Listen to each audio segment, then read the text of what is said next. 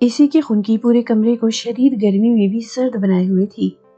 کمرے میں جاندار قہقہوں کی گونج تھی۔ سومیا آرام دہ انداز میں بیڈ پر لیٹی ہوئی اتنے شور میں بھی اونگ رہی تھی۔ 8 ماہ کا انتظار رینگتے ہوئے کبھی ماموں اور کبھی خالہ کی گود کا سفر کر رہا تھا۔ قہقہوں کی گونج میں اس کی قلقاریاں بھی شامل تھیں۔ سومیا، اتنے دن کے بعد آئی ہو، کچھ تو اللہ کا خوف کرو، جب سے آئی ہو تب سے سو رہی ہو، کیا سونے کو نہیں ملتا سسرال میں؟ چھوٹی زینب جو دن گن رہی تھی کہ سومیا آئے گی تو خوب باتیں کرے گی، خاندان بھر میں ہونے والے واقعات اس کی گوشے گزار کرے گی، چاچو کے بیٹے کی شادی کے فنکشن میں پہنے جانے والے کپڑے منتخب کرے گی، مگر سومیا پر تو نیند سی نیند سوار تھی۔ کچھ دیر رکو، ارتضیٰ کو سلا کر لمبی گپ شپ کریں گے، سومیا نے غنودگی میں ہی سے بہلاتے ہوئے جواب دیا تھا۔ سونے تو بہن کو، ابھی تو وہ ہے ایک دن اور، کر لینا جی بھر کر باتیں۔ امی نے رسان سے سومیا کی طرفداری کرتے ہوئے چھوٹی بہن سے کہا تھا۔ اس سے پہلے زینب کچھ کہتی، سومیا کا فون بجا تھا۔ سومیا نے مندی مندی آنکھوں سے دیکھا، ایک دم اٹھ کر بیٹھی، جاذب کا فون تھا۔ ہیلو؟ سومیا میں کے آتی تو جاذب اسے کئی فون کیا کرتا۔ پتہ نہیں جاذب نے کیا کہا تھا کہ سومیا نے محض جی کہہ کر فون رکھ دیا تھا۔ کیا ہوا سومیا؟ امی نے اس کے چہرے پر پھیلا تفکر دیکھ کر پوچھا تھا۔ امی کی طبیعت ٹھیک نہیں ہے، اس لیے جاذب کہہ رہے تھے کہ کل ہی واپس آ جاؤں۔ سومیا کے لہجے میں فکر مندی تھی۔ ہاں پھر تمہیں چلے جانا چاہیے۔ ماں تھیں وہ اور کیا کہتی، بیٹیاں تو ہوتی ہی پرائی ہیں۔ مجھے تو پہلے ہی پتا تھا، ہمیشہ یہی کرتی ہے سومیا کی ساس، 2 دن کے لیے بھیجتی ہیں اور دوسرے ہی دن کسی بہانے سے واپس بلا لیتی ہیں۔ زینب نے برے برے منہ بناتے ہوئے کہا تھا۔ ایسے تو نہ کہو، یاد کرو انہوں نے فروا کی شادی میں بھیجا تھا، حالانکہ خود جاذب کے تایا کے ہاں شادی تھی۔ فرما سومیا کی بچپن کی سہیلی تھی، اتفاق سے اس کی اور جاذب کے سگے تایا کے بیٹے کی ایک ہی دن شادی تھی، جس میں اس کی ساس نے کمال فراغ دلی کا مظاہرہ کرتے ہوئے فروا کی شادی میں جانے کی اجازت دے دی تھی۔ سومیا آج تک ان کی احسان مند تھی، وہ منع بھی کر سکتی تھی۔ ہاں بھیجا تھا، بلا شبہ وہ ایسی جگہوں پر کھلے دل کا مظاہرہ کرتی ہیں جہاں 4 لوگوں کو پتہ چل سکے کہ بہو کے معاملے میں ان کا دل کتنا وسیع ہے۔ میری ساس تمہاری خوفناک ساس سے تو اچھی ہے، کم از کم کڑوے بول بول کر دل آزاری تو نہیں کرتی۔ سومیا نے برا مانتے ہوئے زینب کو جواب دیا تھا۔ زینب منگنی شدہ تھی اور اس کی ساس سگی پھپھو تھی۔ پھپھو تو ویسے بھی بدنام ہی ہوتی ہیں اور اب تو وہ ساس بھی بن گئی تھی۔ وہ قدرتی طور پر تھی بھی منہ پھٹ، چاہے میری کڑوی کسیلی ساس ہوں یا تمہارے اچھے برتاؤ کے بھیس میں لپٹی میٹھی چھری جیسی ساس، تاثیر تو دونوں کی ایک سی ہی ہے۔ زینب نے کہتے ہوئے ارتضیٰ کو گود میں اٹھایا تھا۔ سومیا اب کچھ کہنے کی بجائے خاموش رہی تھی۔ اب تم کیا خاک جاگو گی، صبح صبح آ جائیں گے جاذب بھائی تمہیں لینے۔ زینب اب ارتضیٰ کو اٹھاتے ہوئے کمرے سے باہر جا رہی تھی تاکہ سومیا اپنی نیند پوری کر سکے، اور سومیا پھر سے غنودگی میں جاتے ہوئے زینب کو جواب بھی نہ دے سکی تھی۔ سومیا ذرا بات سننا بیٹا۔ کچھ دیر پہلے ہی سومیا کام کاج سے فارغ ہو کر ننھی ارتضیٰ کو لے کر کمرے میں آئی تھی جب بلقیس بیگم نے ہلکی سی دستک دیتے ہی ساتھ دروازہ بھی کھول لیا تھا۔ تھکن سے چور آڑی ترسی بیٹھ پر دراز سومیا جلدی سے اٹھی تھی۔ جی امی، اس نے بند ہوتی آنکھیں بمشکل کھولتے ہوئے ساس کو جواب دیا تھا۔ تم سو گئی تھی؟ ابھی روزینہ کا فون آیا تھا، بچوں کے ساتھ شام کو آ رہی ہے، تو یہی بتانے آئی تھی کہ شام کو تم اٹھتی تو دیر ہو جاتی۔ بلقیس بیگم نے کمرے کی بتی جلاتے ہوئے سومیا کو اپنی آمد کا مقصد بتایا تھا۔ او اچھا، آپ بتائیے کیا پکانا ہے، میں پکا لوں گی۔ سومیا کے انداز میں تابیداری تھی۔ نہاری تو بنی ہوئی ہے، تم یوں کرو، پلاؤ کی یخنی تیار کر لو، چاول شام میں ڈال لینا اور قیمہ بھون لو ساتھ، رائتا سلاد تو شام میں بھی بن جائیں گے، میٹھا میں بنا لیتی ہوں۔ بلقیس بیگم نے مینیو سوچتے ہوئے سومیا کی گوشے گزار کیا۔ امی، نہاری کے ساتھ پلاؤ اچھا لگے گا، قیمہ رہنے دیتے ہیں، آپ کا کیا خیال ہے؟ سومیا نے جھجکتے ہوئے کہا تھا۔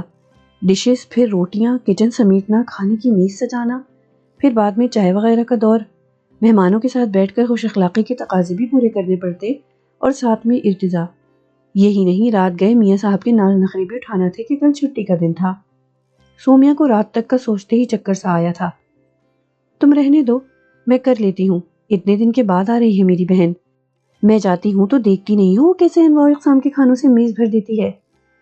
بلقیس بیگم کو بہو کی بات بالکل پسند نہ آئی تھی، وہ کہہ کر مڑنے لگی تھیں۔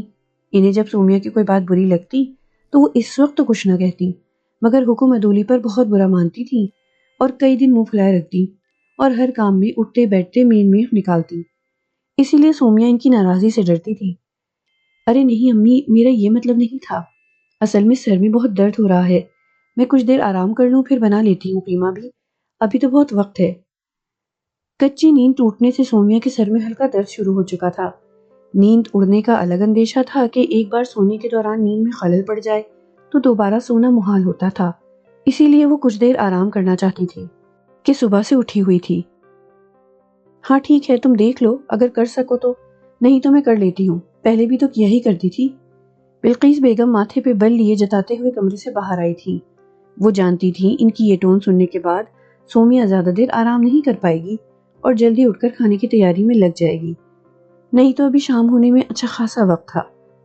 چکن پلاؤ اور قیمہ بننے میں دیر ہی کتنی لگتی ہے۔ اور وہی ہوا، ٹھیک 15 منٹ بعد سومیا کمرے سے نکلی تھی۔ وہ کچن میں رات کے کھانے کی تیاری شروع کر چکی تھی۔ باجی، خوش قسمت ہیں آپ جو سومیا جیسی بہو ملی، بالکل بیٹیوں کی طرح کام کرتی ہے بھاگ بھاگ کر۔ روزینہ نے سومیا کی پھرتیاں دیکھ کر بہن سے کہا تھا، اگر سومیا بیٹیوں جیسی ہے تو میں بھی تو ماں جیسی ہوں، میں نے بھی اپنی بہو کو پھولوں کی طرح رکھا ہوا ہے، مجال ہے کہ کبھی کوئی آرڈر دوں، جب دل چاہے جیسے دل چاہے کام کرے، اپنی مرضی کا سونا اپنی مرضی کا اٹھنا۔ بتاؤ سومیا، کیا میں نے کچھ غلط کہا؟ بلقیس بیگم کی عادت تھی، وہ جو بھی بات کرتی ٹھوک بجا کر کرتی اور سامنے والے سے ہاتھ کے ہاتھ تصدیق بھی کرواتی تاکہ ان کے بیان میں کوئی ابہام نہ رہنے پائے اور سننے والے کو ان کے بیان کی صداقت کا یقین ہو جائے۔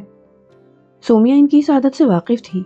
آج بھی روزینہ خالہ کی بات سن کر جواب دیتے ہوئے جب بلقیس بیگم نے سومیا سے تائید چاہی تو سومیا نے مسکرا کر ہاں میں گردن ہلائی تھی، اور سومیا کی تصدیق کے بعد بلقیس بیگم کی گردن فخر سے تن گئی تھی۔ بھئی اچھی ساس ہونا اور کہلوانا کوئی بچوں کا کھیل تھوڑی ہے۔ ارتضیٰ واکر میں بیٹھا پورے گھر میں گھوم رہا تھا۔ سومیا اس کو سنبھالتے سنبھالتے ساتھ ساتھ کام بھی کر رہی تھی۔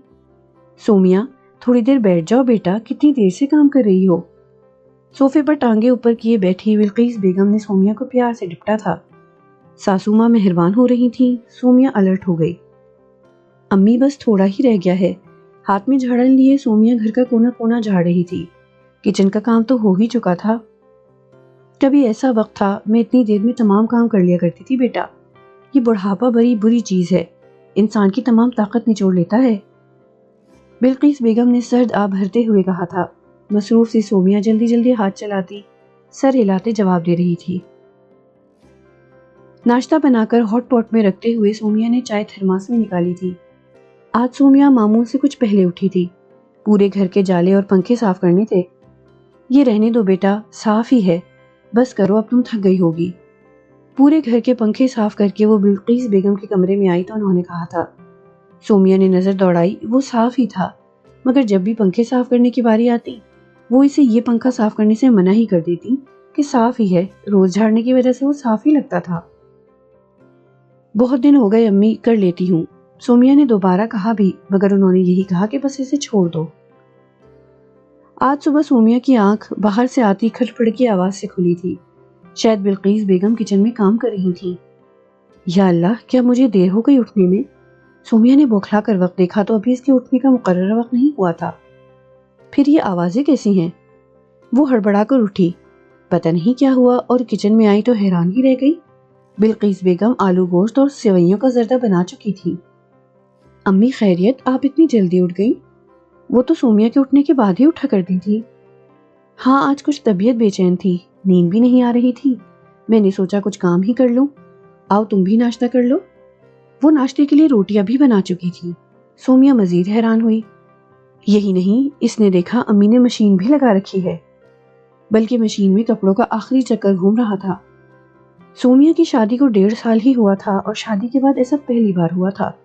وہ جی بھر کر حیران ہوتی ناشتہ کرتی رہی، اتنے میں ارتضیٰ کے رونے کی آواز آئی تھی۔ سومیا کے دل میں ساس کے لیے کوئی گرہ نہیں تھی، وہ صاف دل تھی، پھر بھی کوئی بات تھی جو اسے اچھمبے میں ڈال رہی تھی۔ کیا؟ سوچتے ہوئے وہ کمرے میں آئی۔ سومیا کمرے میں آئی اور ارتضیٰ کو ناشتہ وغیرہ کروا کر صاف ستھرا کیا، کچھ دیر اس سے کھیلی، کھلونے دے کر اسے کمرے کے وسط میں بٹھایا تو وہ کھیلنے میں مگن ہو گیا۔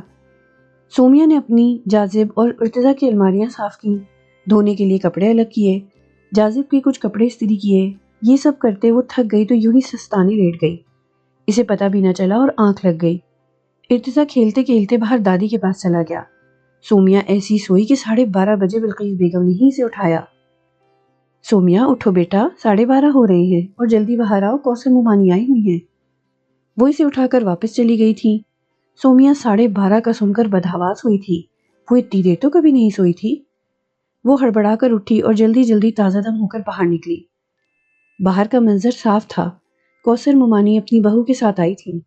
نیچے ارتزا کے کھلونے بکھرے ہوئے تھے، وہ شاید کافی دیر سے دادی کے پاس کھیل رہا تھا اور سومیا اس کی آنکھیں بتا رہی تھیں کہ وہ ابھی ابھی سو کر اٹھی تھی۔ ممانی مسکراتے ہوئے اس سے ملی۔ آنٹی، آپ تو بہت اچھی ساس ہیں، آپ بچہ سنبھال رہی ہیں اور بھابھی ابھی سو کر اٹھی ہیں۔ کوثر ممانی کی بہو نے بلقیس بیگم کی تعریف کرتے ہوئے شاید اپنے دل کے پھپولے پھوڑے تھے۔ کہا تھا نا میں روک ٹوک نہیں کرتی اپنی بہو پر، دیکھو اپنی مرضی سے سونا اٹھنا ہے، پھر مجھے تو بیٹھنے کی عادت ہی نہیں، اتنی دیر تو میں سو ہی نہیں سکتی۔ میں نے صبح سے اٹھ کر مشین لگائی، کھانا بنایا، جلدی اٹھنے کا یہی تو فائدہ ہے، سارے کام وقت پر ہو جاتے ہیں۔ کیوں سومیا، ٹھیک کہہ رہی ہوں نا؟ وہ روانی سے کہہ کر چپ ہوئی تھی۔ اپنی نند کی باتیں سن کر کوثر ممانی کی آنکھوں میں استعجاب تھا، جبکہ ان کی بہو رشک سے اس خوش قسمت بہو کو دیکھ رہی تھی۔ جی، سومیا کے منہ سے بدقت نکلا تھا۔ روزانہ تو وہی صبح اٹھ کر اس وقت تک کام نمٹایا کرتی تھی، آج وہ کیوں جلدی اٹھ کر سارے کام کر چکی تھی، یہ سمجھنے میں سومیا کو دیر نہ لگی تھی۔ انہیں اپنی بھاوج کو دکھانا مقصود تھا کہ وہ کتنی اچھی ساس ہیں، اور جو کچھ رہ گیا تھا ان کے بارے میں سمجھنے کو، وہ سومیا ابھی سمجھی تھی۔ اس کی ساس کوئی بات بغیر ثبوت کی نہیں کرتی تھی، بلکہ انہیں جو کہلوانا یا دکھانا ہوتا وہ اس کی ایسی منظر کشی کر کے حقیقت کی طرح دکھاتی کہ جسے کوئی جھٹلا نہ سکے۔ وہ اپنی بات کو سچ ثابت کرنے کے لیے عملی جھوٹ کے فارمولے پر عمل پیرا ہوتی، پھر چاہے وہ جھوٹ ایک دن کے لیے ہی ہوتا۔ ماشاءاللہ باجی، آپ کے یہاں صفائی کا وہی معیار ہے جو شازیہ کے ہوتے ہوئے تھا۔ شازیہ بلقیس بیگم کی بیاہی بیٹی تھی، یقیناً سومیا نے گھر کو سنبھال لیا اچھے سے۔ شاید ممانی نے سومیا کا اترا چہرہ دیکھ کر اس کی دلجوئی کی خاطر کہا تھا، آخر وہ بھی اپنی نند کو اچھی طرح پہچانتی تھی۔ ہاں، سومیا کرتی ہے، بہت خیال کرتی ہے ہر بات کا، مگر بیٹیاں تو بیٹیاں ہی ہوتی ہیں، بیٹیاں تو گھر کے کونے کونے کا خیال رکھتی ہیں، یہ کرتی ہیں مگر کچھ نہ کچھ چھوڑ ہی دیتی ہے۔ اب دیکھو میرے کمرے کا پنکھا جب سے شازیہ شادی ہو کر گئی ہے صاف نہیں ہوا۔ کیوں بیٹا، ٹھیک کہا نا میں نے، صاف نہیں ہوا نا؟ اور سومیا کا سر اس بار تائید میں نہیں ہلا تھا، وہ گھومتے سر کے ساتھ سب کو دیکھ رہی تھی۔ بلقیس بیگم جانتی تھیں کہ سومیا کتنے لحاظ و مروت والی لڑکی ہے، وہ کبھی بھی انہیں جھٹلا کر اپنی بات کی وضاحت نہیں کرے گی۔ اسی بات کا فائدہ اٹھا کر وہ بے فکری سے آدھی ادھوری اپنی مرضی کا رنگ دے کر گول مول باتیں کیا کرتی تھی۔ میں بھی زیادہ کہتی نہیں بہو کو، اس کی جیسے مرضی ہو کرے کام، کر ہی لے گی جب وقت ملے گا، بچہ بھی تو چھوٹا ہے۔ بلقیس بیگم نے بہو کو گمسم دیکھ کر بات سنبھالی تھی۔ سن بیٹھی سومیا کو زینب کی باتیں یاد آئی تھیں، وہ کتنی بحث کرتی تھی اپنی بہن سے ساس کے لیے کہ میری ساس بہت اچھی ہیں، وہ روایتی ساسوں جیسی نہیں ہیں۔ زینب اس کی ساس کو میٹھی چھری کہتی تھی، وہ کہتی تھی کہ سنبھل کر رہنا، میٹھی چھری جب چلتی ہے تو ایسے کاٹتی ہے کہ درد ہوتا ہے مگر منہ سے آہ بھی نہیں نکلتی۔